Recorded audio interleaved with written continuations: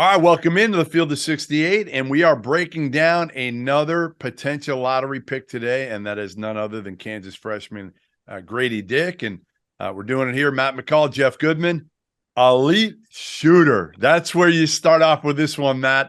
You know, he came in with a big-time rep, and usually those guys, a lot of them struggle as freshmen in college. People don't realize that. Like, even great high school shooters come in and struggle that first year. Gradey Dick did not struggle, did he? To shoot 40% from three as a freshman at Kansas? Yeah. Like, think about that. Playing in arguably the best conference in the country this year, when you look at it top to bottom, I mean, that is unbelievable. And it's his best attribute, but he's got other things too that he can really bring to the table. Think about this stat, Jeff. 5.1 rebounds as a freshman. That's hard to do. He goes in there, he mixes it up inside. He's not afraid to do that. And I think one of the biggest things for me watching him this season was his ability to take care of the basketball. He didn't turn it over. He knew who he was as a player. He knew knows what he brings to the table. 60 assists and only 45 turnovers. A positive assist to turnover ratio as a freshman, as a non-primary ball handler. I think that's another big key for him. And you know, why he's sitting here in the top 7, top 6, top 8 of the draft. And, you know, with how the NBA is and the spacing and the shooting, imagine a guy like Gradey Dick, you know, probably not going to get picked by the Lakers, but playing with a guy like LeBron who needs more spacing around him and guys that can catch and shoot. Here's the other thing for young players, too. When the ball hits Gradey Dick's hands, he either shoots it. If he has an angle to get in the lane and drive it, he does it, or he moves it. He doesn't keep it. The ball doesn't stick with him. And that is the type of game that the NBA and all of basketball is transitioning to, is movement, player movement, ball movement.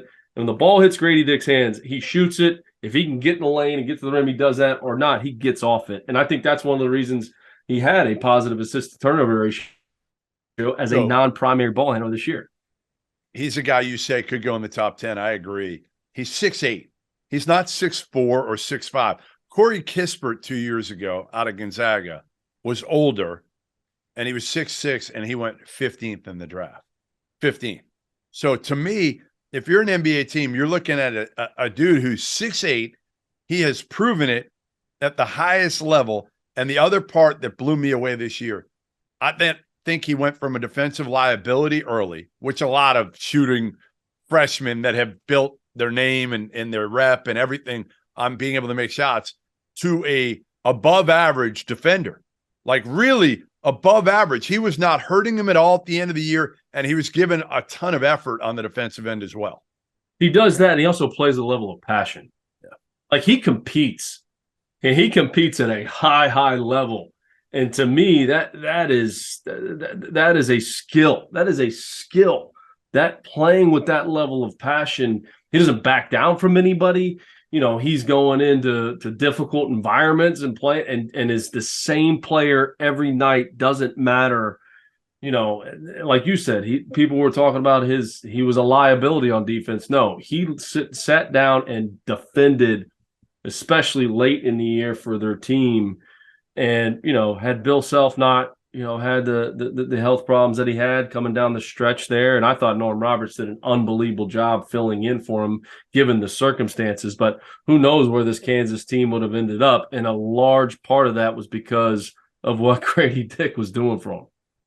Does he remind you of anybody? I mean, like a Kyle Korver type? Is that kind of what you see him? Can he be J.J. Redick, you know, at the next level? Who do you like as a comparison? I mean, I think the Korver comparison is a great comparison. I think he's bigger than JJ. Yeah, I think, you know, JJ played a lot more on the ball in college, and the ball was in his hands, and he was more on the ball than Gradey. But I think the Korver comparison is a great comparison. He's young. His body's going to continue to develop. He's going to get bigger. He's going to get stronger. You know, I think another guy that you know, you could look at in terms of his game and translating, you know, to the next level. I like the Korver. I like the Korver comparison because I think they're similar styles. You know, Klay Thompson a little bit, just the ability to space the floor like they are, and the ball hits their hands. You know what you're getting. You know the ball's going to go up and it's going in. So I think those are really, really good comparisons. But I think you look at his frame, he's only going to get stronger. He's only going to get bigger, and it's only going to help his game, especially when he gets up there. Our partner for today's episode is Athletic Greens. I started taking AG1 during the college basketball season, and I loved the impact that it had on my energy levels. I'm a big coffee in the morning guy, but by the time that the afternoon would hit, I needed another boost. AG1 helped me tremendously, especially on those days when I didn't want to get up off the couch and go hit the gym. Their tagline is AG1 is comprehensive health and the power of habit in one. And man, that could not be more true. It's nearly impossible to eat and drink in a healthy manner in the month of February and the month of March when you are in my business. And AG1 was exactly the supplement that I needed to improve my gut health and cover my nutritional basis for the day. I've continued that into April. I've continued that into May, and I'm going to continue that the rest of the summer. All I have to do is mix a scoop of AG1 with some water, or maybe add it into a smoothie, and I'm ready to go. Do it after lunch, and you'll be ready to go for the rest of the day. If a comprehensive solution is what you need from your supplement routine, then Athletic Greens is giving you a free 1-year supply of vitamin D and 5 free travel packs with your first purchase. Go to athleticgreens.com/field68. That's field 68 FIELD, the number 6, the number 8, and you can get yours now. So check it out and help support this show. Thanks. Yeah, I mean, listen, why can't this kid be an elite shooter in the NBA? There's no reason he can't. He's already a really good shooter coming out as a freshman. He's been coached at a high level, right? Like, he's going to be ready for anything after being coached for a year by Bill Self and that staff. So mentally, he's going to be ready for this. Physically, I think he's, again, he needs to put on some weight. But they're going to do that. Yeah, they're going to do that. He's going to be with the strength coach, and he's going to be in there, and they're going to put him in situations, and then he's going to have, you walk in these NBA facilities. I don't know if people realize this. Like, there's a chef, there's all of that stuff, and I know there's a lot of high level college programs that have the same thing. But every single time you walk in that facility, you could walk back there. The chef's ready there to cook you whatever you want. So he's going to add size. He's going to get stronger. It's his only focus. Right? It's his only focus. Now all he has to focus on is basketball, improving his game. There's no school. There's none of that other stuff. He's going to only get better as he moves forward. Can he be more than just a piece, do you think, on the next level? Or is that what he is? He can be a great guy that, again, spaces the floor.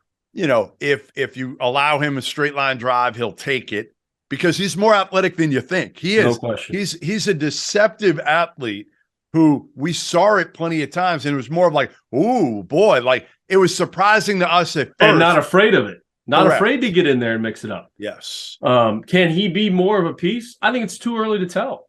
Yeah. I think he's still young.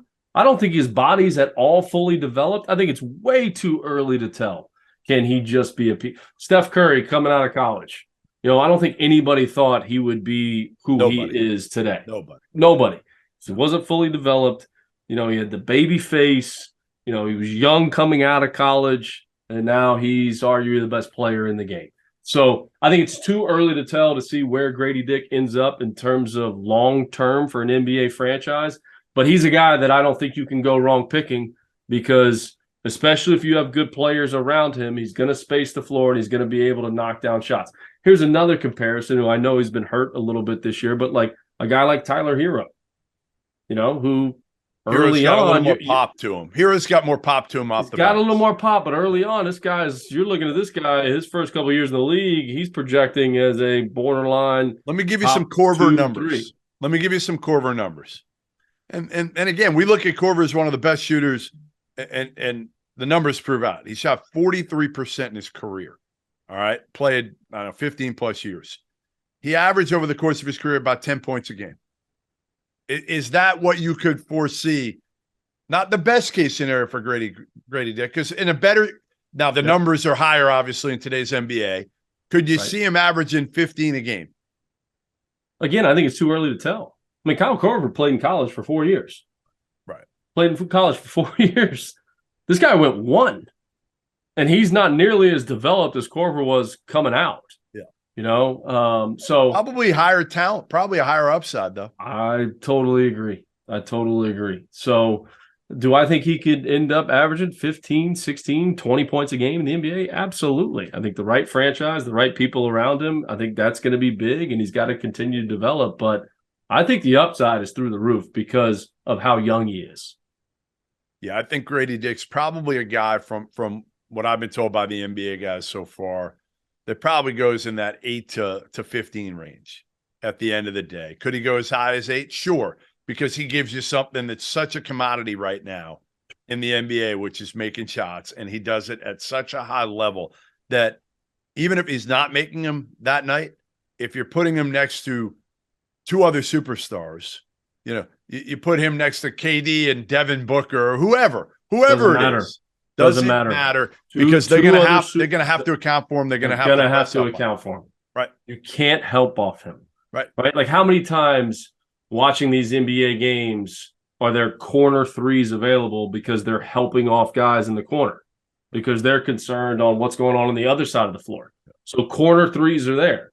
So the more guys you can put out there on the floor that can knock down that corner 3, the more wins you're going to have. Bottom line, how many times you watch these games and the ball hits the corner and the guy shoots it from the corner and he misses? All of a sudden the other team goes down and they go on a 4 or 5 point run on the other end.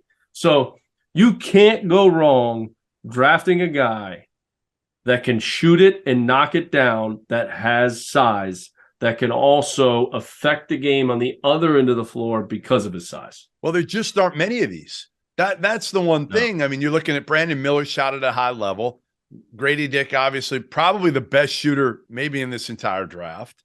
And then you got a bunch of guys that aren't great shooters. Right. Scoot Henderson, not a great shooter. The Thompson twins, not great shooters. There's honestly a bunch of guys in this. Nick Smith Jr., not a great shooter from the perimeter. So that's where, to me, Gradey Dick is going to fill a need for any team. For any team. Especially if you're looking at picking him, anywhere in the middle. 6 to 14 is probably where he's projected. Like, get him on a contender. Get him on a contender with some talent. That's it. Right? That's it. That is it. And he will impact the game. Yeah. Gradey Dick, there you have it. The breakdown on arguably the best pure shooter in this NBA draft. I'm Jeff Goodman. He's Matt McCall. Make sure you watch for all our NBA draft profiles here on the Field of 68. Thank you for watching the Field of 68. If you've enjoyed what you've seen here, hit that like button, share this link with your friends, or check out the description for some other places that you can consume Field of 68 content.